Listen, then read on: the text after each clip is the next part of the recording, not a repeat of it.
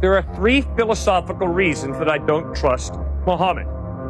First point, you will notice that the miracle of Christianity is Jesus Christ. And you don't have to speak a particular language to hear about Jesus. The miracle of Islam is not a person. The miracle of Islam is the book, the Quran.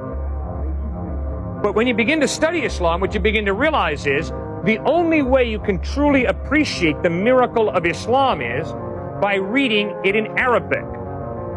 My philosophical problem with that is, why all of a sudden, when God reveals himself very wonderfully in an open way in Jesus, does he suddenly say, the only way to get my clearest revelation is by learning Arabic?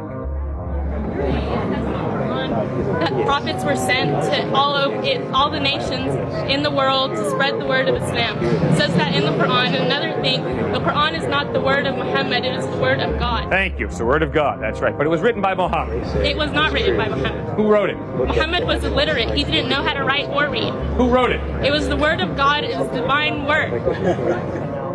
You see? It's every single time. They're very consistent. I appreciate it. All right? It is the Word of God, and they're very passionate about it. I respect your passion. There's no way you can rationally have a conversation with that.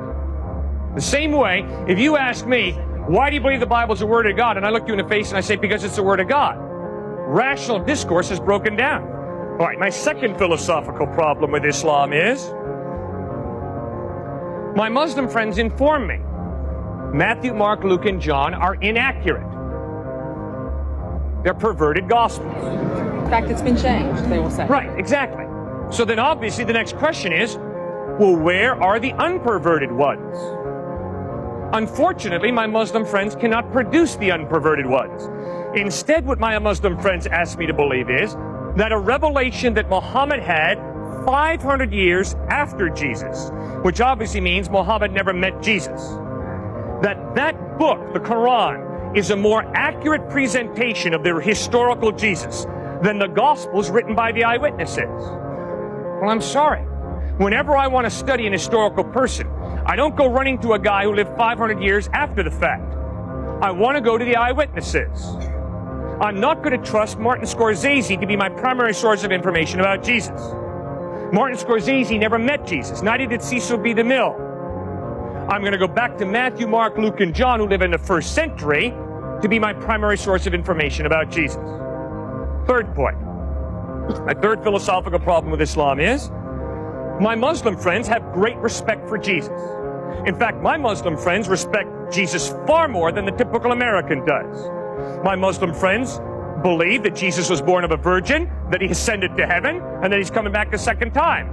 Well, that's far more than the typical American believes about Jesus. But my Muslim friends say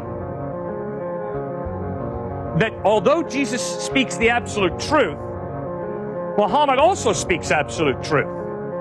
And the problem is they contradict each other on certain points. You cannot have A be absolute true and then B be absolute true if A and B contradict each other. Because that does nothing then but to allow for C to come along, claiming C is absolute truth, in spite of the fact that C contradicts both B and A.